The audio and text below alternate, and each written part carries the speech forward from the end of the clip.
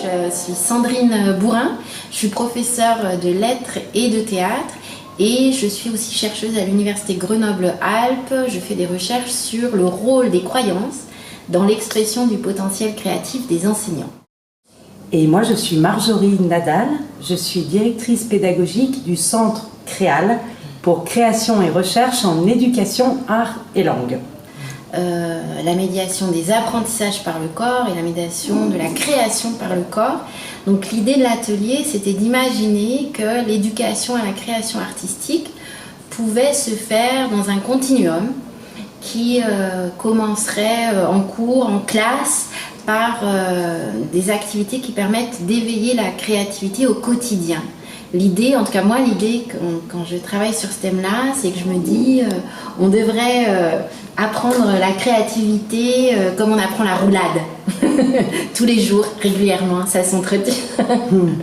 Voilà, donc c'est l'idée d'un continuum, de l'éveil de la créativité jusqu'à des expériences de création pour préparer le terrain de cette création artistique qui ne serait pas réservée aux artistes, mais qui serait une compétence qui est bonne à développer pour tout le monde. Donc on a prévu dans l'atelier qu'on a imaginé, ça nous tenait à cœur d'abord de mailler la théorie, la pratique et puis des points métacognitifs. Et on voulait vraiment commencer par mettre en place un cadre facilitant, habilitant, sécurisant. C'est ce que des chercheurs appellent les ressources environnementales, c'est-à-dire le terrain, le terreau à la créativité. Là on travaille dans la souveraineté. La souveraineté, c'est l'idée que chacun peut dire ou peut faire ce qui lui convient. C'est lui-même qui connaît en son fort intérieur ce qu'il sait, là où il en est, ce qu'il peut, ce qu'il veut. Ce qu'on appelle la souveraineté. Donc quand Sandrine disait s'il y a des choses que vous ne souhaitez pas faire, vous ne les faites pas. Il n'y a aucun souci pour ça. Donc la base de la base de la base, c'est comment on se prépare à tout, à n'importe quoi, à quelque chose. On va mettre un corps qui est prêt. Alors pour mettre son corps qui est prêt, on va mettre les pieds bien parallèles, on va prendre la position neutre, pieds parallèles, on peut faire des mi-balanciers, devant, arrière, un petit peu à droite, à gauche, puis on ancre, on met le contact. Ok, les genoux sont flex, voilà, 1, 2, 3, stressé. Ok. Alors, c'est up and down. Voilà.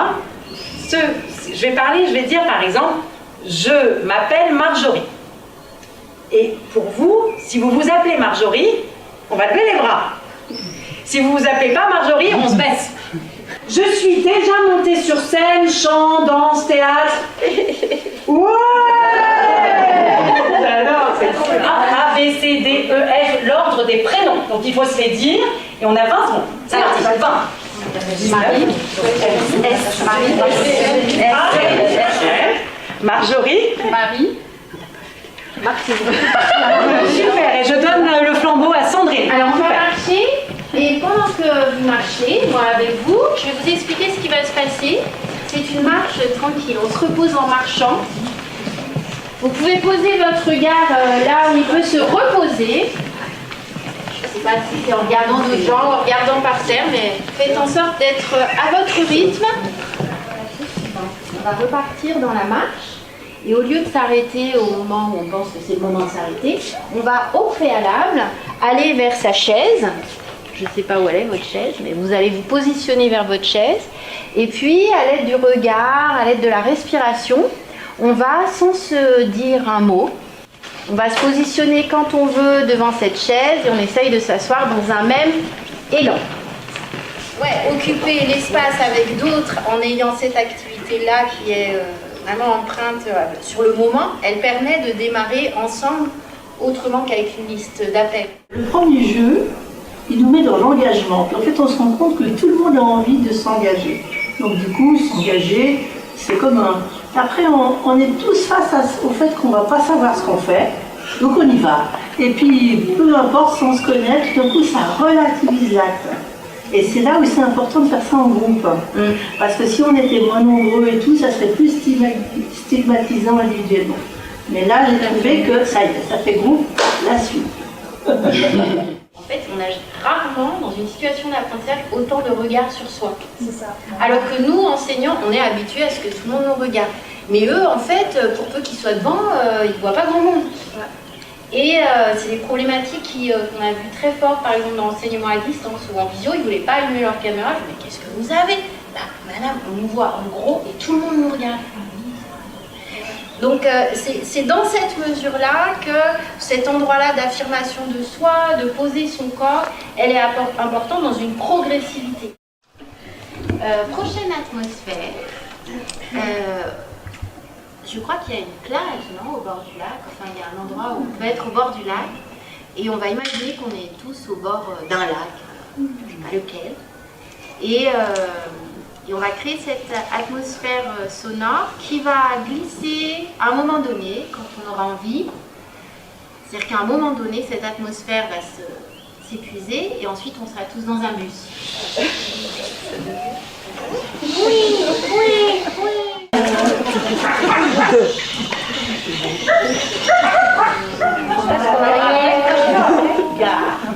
Quand est-ce qu'on arrive?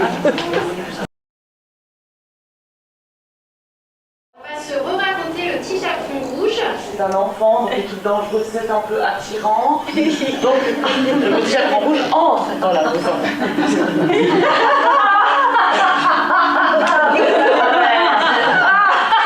Te voilà enfin! Je t'attendais depuis si longtemps, un petit chaperon rouge. Et là, le petit chaperon rouge, se doutant du super jeu, décida de s'éclipser en arrière. En arrière, sur la pointe de la pied. Il avait reconnu la supercherie. Et là, on va passer le relais d'une manière un tout petit peu différente. C'est le geste qui va faire le relais. Je vous explique. Enfin, je vais vous montrer par exemple. Et elle rentre dans la maison. Et là, et toi, tu vas refaire le même geste que moi. Et c'est comme ça que on va se faire le relais. On est toutes les deux dans la même posture, si tu veux bien le faire. Passez votre relais. Laissez faire ce qui se passe. C'est-à-dire, si tu arrives devant elle et tu ne sais pas ce que tu veux faire et que tu décides de faire ça, c'est possible. Et elle va se débrouiller avec ça. Elle va trouver un truc. De toute façon, l'important, c'est que l'histoire avance. S'il faut qu'elle dise, là, elle avait super mal au pied, on ne sait pas. Donc, ne cherchez pas. Laissez ce qui vient quand vous arrivez au truc. Alors, on va finir ce petit jeu, reculer le plus possible, par ce qu'on appelle les traversées. Les traversées, vous allez définir un lieu qui vous paraît un lieu d'aventure, un lieu qui peut faire peur, un lieu surprenant, un lieu magique, un lieu qui existe vraiment. Tout ce que vous voulez, vous mettez d'accord. Ok? Le même lieu. Et vous allez traverser le même lieu. Ensemble ou pas? Toujours pareil, c'est-à-dire chacun est sur sa ligne, son solo, sur sa ligne de jeu. Évidemment, si vous choisissez d'être sur un grand navire dans la tempête, peut-être qu'il va falloir faire vraiment ensemble. Mais si vous êtes dans, je sais pas, dans une grotte, vous êtes chacun dans... Voilà, vous êtes sur vos lignes de jeu. Ça va? Go!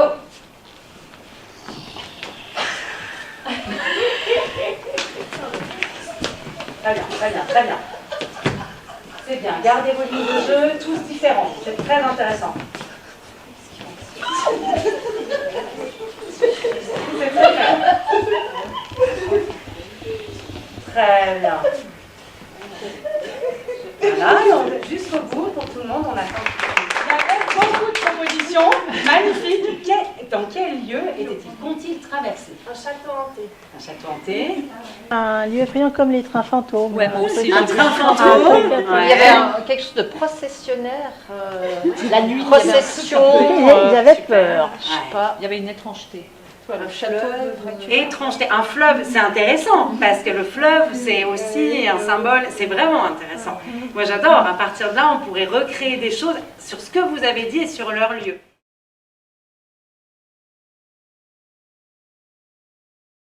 L'idée, c'est que vous allez être tous ensemble. Donc, ça va faire un joli groupe. Et ce groupe va partir à l'aventure. C'était notre thème, vous vous rappelez.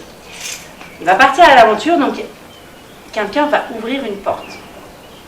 Ça, c'est la porte classique. Okay. Et il va rentrer là dans un lieu que lui connaît.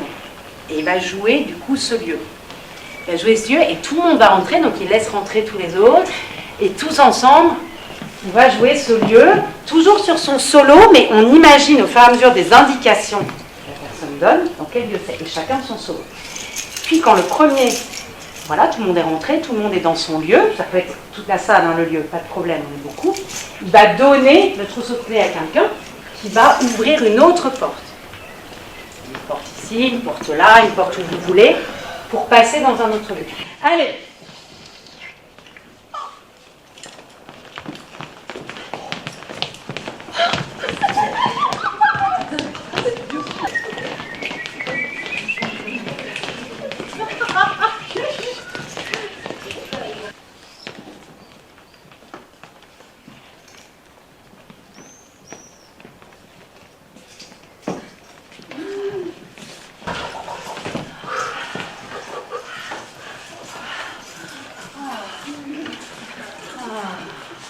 Pour aller ensuite sur ce chemin du continuum vers la dernière partie de l'atelier.